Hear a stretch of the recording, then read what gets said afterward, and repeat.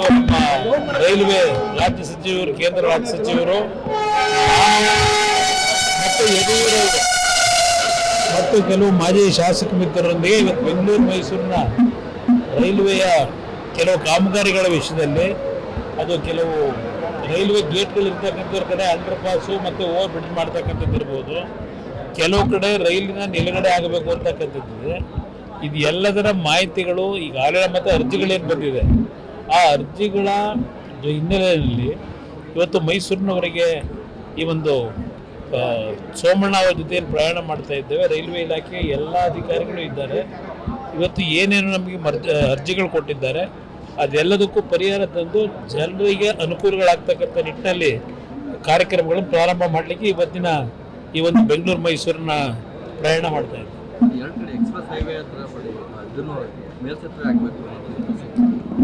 ಅದನ್ನೇ ಇವತ್ತು ನಾವು ಬಂದಿರತಕ್ಕಂಥ ಉದ್ದೇಶವೇ ಇವತ್ತು ಎಲ್ಲೆಲ್ಲಿ ಮೇಲ್ಸೇತುವೆಗಳಾಗಬೇಕು, ಎಲ್ಲಿ ಅಂಡರ್ ಪಾಸ್ ಆಗಬೇಕು, ಅದೆಲ್ಲವನ್ನ ನಾವು ಮಾಹಿತಿ ಪಡೆದು, ಜನರಿಂದಲೂ ಮಾಹಿತಿ ಪಡೆದು, ಇವತ್ತು ಇದಕ್ಕೆ ರೈಲ್ವೆ ಇಲಾಖೆಯಿಂದ ಕೇಂದ್ರ ಸರ್ಕಾರಕ್ಕೂ ಒಪ್ಪಿಗೆ ಪಡೆದು ಕೆಲಸ ಪ್ರಾರಂಭ ಮಾಡ್ತಕ್ಕಂಥ ನಿಟ್ಟಿನಲ್ಲಿ ಇವತ್ತು ಕಾರ್ಯಕ್ರಮ ಚಾಲನೆ ಮಾಡ್ತೇವೆ.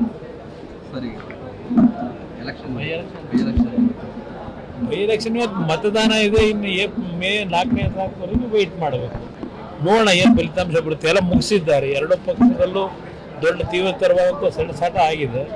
ನೋಡೋಣ, ಎರಡೂ ಪಕ್ಷದಲ್ಲೂ ಗೆಲ್ತೀವಿ ಅಂತಕ್ಕಂಥ ವಿಶ್ವಾಸ ಇದೆ. ನಮಗೆ ನಮ್ಮ ಅಭ್ಯರ್ಥಿ ಗೆಲ್ತಾರೆ ಅಂತಕ್ಕಂಥ ವಿಶ್ವಾಸವೂ ಇದೆ.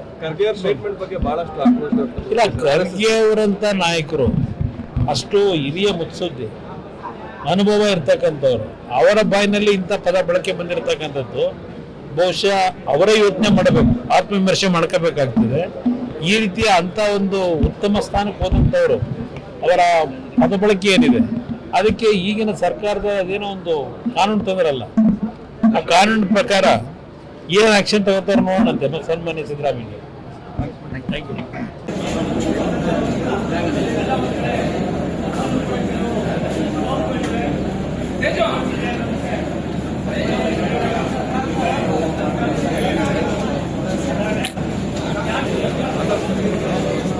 ಚೇತನ್ ಅವರೇ,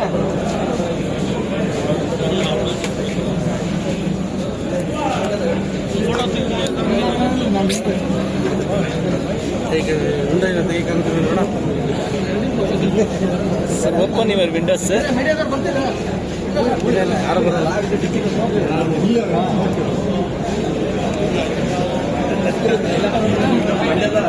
ನಿರ್ಭೀತ, ನಿಷ್ಪಕ್ಷಪಾತ, ವಿಶ್ವಾಸಾರ್ಹ ಸುದ್ದಿಗಳಿಗೆ ಮತ್ತೊಂದು ಹೆಸರಾಗಿರುವಂತ ನ್ಯೂಸ್ 18 ಕನ್ನಡ ಈಗ ಆಪ್ನಲ್ಲೂ ಲಭ್ಯವಿದೆ. ದಯವಿಟ್ಟು ಇಲ್ಲಿರುವ QR ಕೋಡ್ ಅನ್ನ ಸ್ಕ್ಯಾನ್ ಮಾಡಿಕೊಂಡು ಆಪ್ ಅನ್ನ ಡೌನ್ಲೋಡ್ ಮಾಡೋದಕ್ಕೆ ಮರಿಬೇಡಿ. ನಿಮ್ಮ ಬೆಂಬಲ ಹೀಗೆ ಸದಾ ನಮ್ಮೊಂದಿಗಿರಲಿ. ಧನ್ಯವಾದ.